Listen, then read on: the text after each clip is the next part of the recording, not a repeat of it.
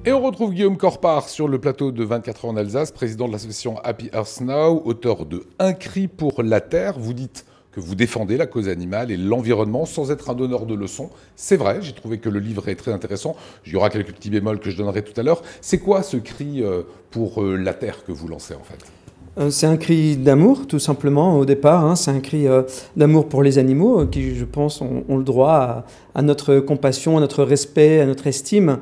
C'est un cri d'amour pour l'environnement qui est saccagé, les écosystèmes sont saccagés, cette planète, on l'aime tous, sauf qu'on ne la voit plus comme on la connaissait autrefois. Et le drame s'amplifie de jour en jour. Et un cri d'amour aussi pour les êtres humains, parce que c'est une perspective globale, c'est-à-dire que ce cri aussi de ralliement, c'est pour expliquer que ces trois causes, hein, les animaux, l'environnement et les êtres humains, sont complètement liés. On a un destin lié, et si on ne fait pas attention à ça aujourd'hui, on va dans un mur écologique, social. Est-ce que des gens comme Émeric Caron, parce que je sais qu'il a participé à votre film, est-ce que ces gens qui se disent véganes et qui sont très donneurs de leçons, est-ce qu'ils ne sont pas finalement contre-productifs sur les messages à passer ? Alors, je ne sais pas si tous les véganes sont donneurs de leçons. En tout cas, moi, mon objectif, c'est certainement pas de donner la morale, parce qu'il n'y a pas les gentils véganes, les méchants mangeurs de viande, etc. Pour moi, le débat ne se situe pas uniquement sur le plan moral et éthique. Vous êtes végane ? Moi, je suis végane, mais le but du jeu, c'est pas dire aux gens, de plus en plus de gens se soucient des animaux, de leur santé et de la planète et viennent à ces conférences. Mais le but du jeu, moi, j'explique toujours au départ que ce n'est pas de mettre les gens dans des cases et de faire une leçon de morale. Moi, j'ai mangé énormément de viande, j'ai adoré ça. Je comprends très très bien la démarche de chacun. Cela dit, aujourd'hui, je pense qu'il est absolument impératif de faire des choix de cœur et de remettre en question nos habitudes, notre conditionnement, de la regarder bien en face pour faire de vrais choix.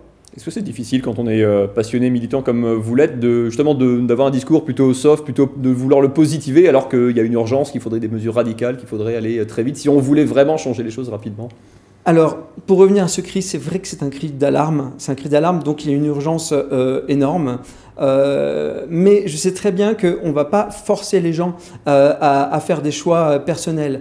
Moi, je suis là pour livrer de l'information, expliquer comment les animaux souffrent. Il y a 65 milliards d'animaux terrestres qui sont tués chaque année juste pour les manger, alors que nous savons aujourd'hui que nous n'avons pas besoin sur le plan de la santé.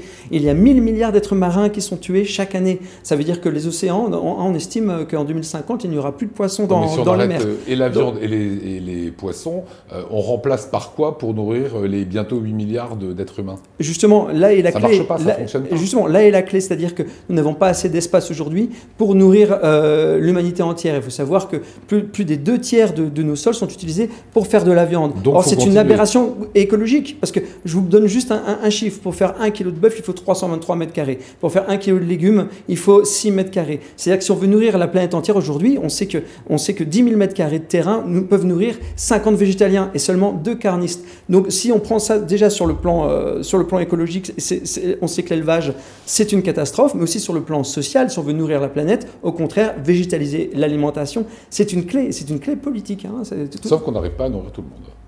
Moi, je voulais aborder le lait. La protéine de lait, vous dites qu'elle est facteur de maladie. Vous pouvez nous en dire plus ?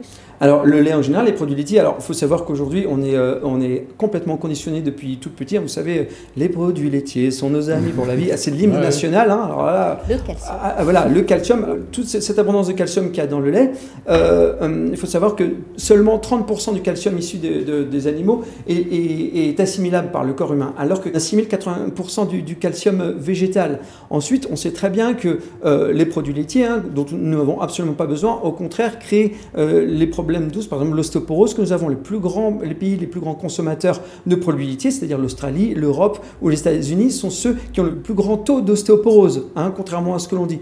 On sait que beaucoup de maladies ORL pour les enfants, par exemple les maladies de peau, les maladies ORL, les otites, les angines, l'asthme, etc., sont issues directement de cette consommation de produits laitiers. Et encore, le plus grave est à venir, c'est que beaucoup de cancers des seins chez la femme, le cancer prostate, vessie chez les hommes, sont directement issus de cette consommation de produits laitiers. Si on réfléchit juste avec bon sens, alors je donne beaucoup d'études dans ce livre, hein, ce n'est pas des effets d'annonce comme ça qui sont sans appui. Non, c'est une première approche. Voilà. Et ce qu'il faut savoir pour les produits laitiers, c'est que si on réfléchit avec bon sens, on est les seuls mammifères sur Terre, rendez-vous compte quand même, à avoir besoin du lait d'une autre espèce, sinon on aurait les os qui cassent. Mais comment font les autres mammifères après leur période d'allaitement? Personne sur Terre ne consomme des produits laitiers et tout va bien pour leurs os. Alors, le Laos est un pays intolérant au lait. Les Laotiens, c'est assez étonnant parce que Jacques Chirac avait un jour offert une vache en disant « j'en ai pas vu dans votre pays », mais parce qu'ils n'en prennent absolument pas. Une petite chose, il faut arrêter l'élevage des animaux, vous dites, mais également les produits laitiers, les animaux dans les cirques, les courses hippiques, les os, la fourrure, la chasse, le cuir, car c'est de la peau d'êtres vivants. Ça fait pas beaucoup tout ça? Je dis pas il faut arrêter. Je pars d'un autre principe. C'est que je pense qu'on a tous quelque chose en commun ici, et puis avec les téléspectateurs qui nous regardent, c'est qu'on a du cœur. C'est qu'on a du cœur, nous sommes des êtres de compassion, des êtres d'amour, c'est quelque chose qui nous rassemble, on aime nos enfants, on aime nos animaux de compagnie, etc.